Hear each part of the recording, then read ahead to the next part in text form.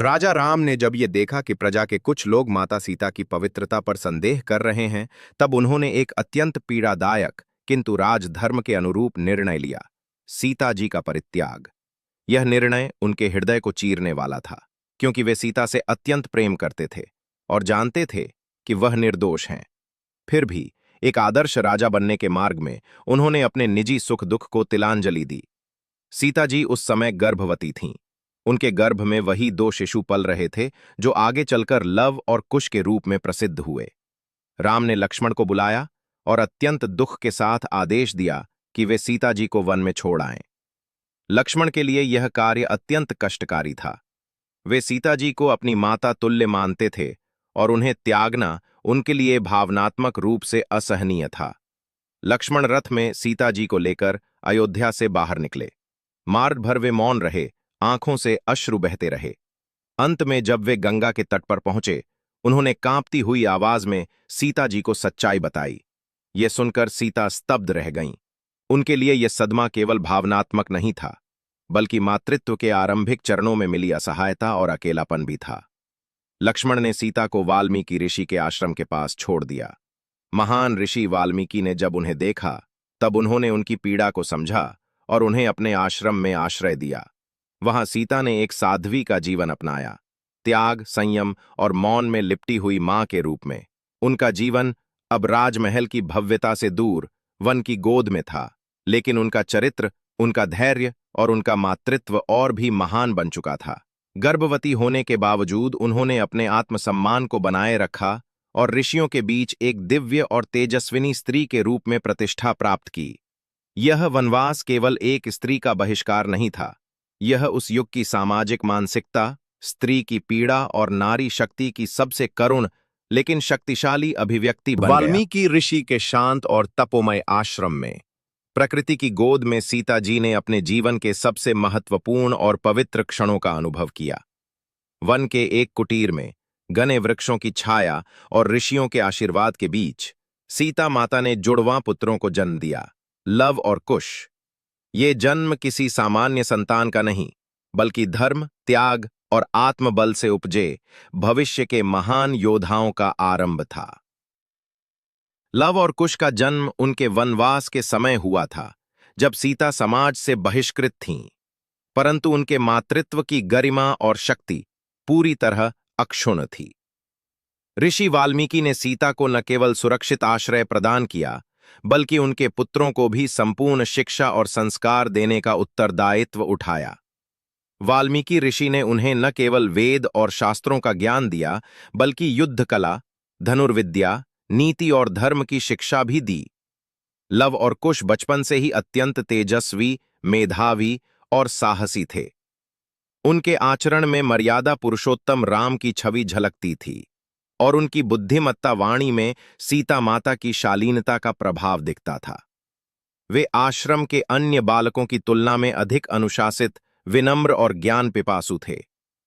वे न केवल धर्म के मार्ग पर चलते थे, बल्कि हर निर्णय में विवेक और करुणा का पालन करते थे। वाल्मीकि ऋषि ने उन्हें रामायण की कथा भी सुनाई, जिसमें उनके ही पिता की महिमा थी। ये बात लव कुश को ज्ञात नहीं थी कि राम ही उनके पिता हैं। वे केवल इतना जानते थे कि उनकी माता एक महान और त्यागमयी स्त्री हैं और उन्हें धर्म के मार्ग पर चलने के लिए इस धरती पर भेजा गया है। सीता माता, जो कभी एक रानी थीं, अब एक साध्वी और एक शिक्षिका की भूमिका में थीं। उन्होंने अपने पुत्रों को कभी राजकुमार की भांति नहीं पाला, बल्कि उन्हें एक सामान्य मनुष्य के रूप में जीवन का अर्थ समझाया, त्याग, समर्पण और आत्मसम्मान के साथ जीना। लव और कुश का जन्म और उनका पालन पोषण ये प्रमाण बन गया कि किसी स्त्री की शक्ति केवल महल में नहीं, बल्कि वन की झोंपड़ी में भी वैसी ही दिव्य और सृजनशील होती है। ये दोनों बालक आगे चलकर रामायण के उस अध्याय का केंद्र बने, जो न केवल वीरता, बल्कि न्याय और पुनर्मिलन की कथा कहता है। समय बीतता गया। लव और कुश अब किशोर हो चुके थे। वे शस्त्र और शास्त्र, नीति और धर्म, संगीत और साहित्य में निष्णात थे। ऋषि वाल्मीकि ने उन्हें श्री राम की जीवन गाथा, रामायण का गान सिखाया था। एक दिन जब श्री राम ने अश्वमेध यज्ञ का आयोजन किया, उस यज्ञ के अश्व को लव और कुश ने रोका। उन्हें नहीं पता था कि यह घोड़ा उनके ही पिता का है। दोनों भाइयों ने राम की सेना को चुनौती दी और महान योद्धाओं को पराजित कर दिया। अंततः राम स्वयं वहां पहुंचे और जब उन्होंने लव और कुश को देखा तो उन्हें कुछ दिव्यता का आभास हुआ।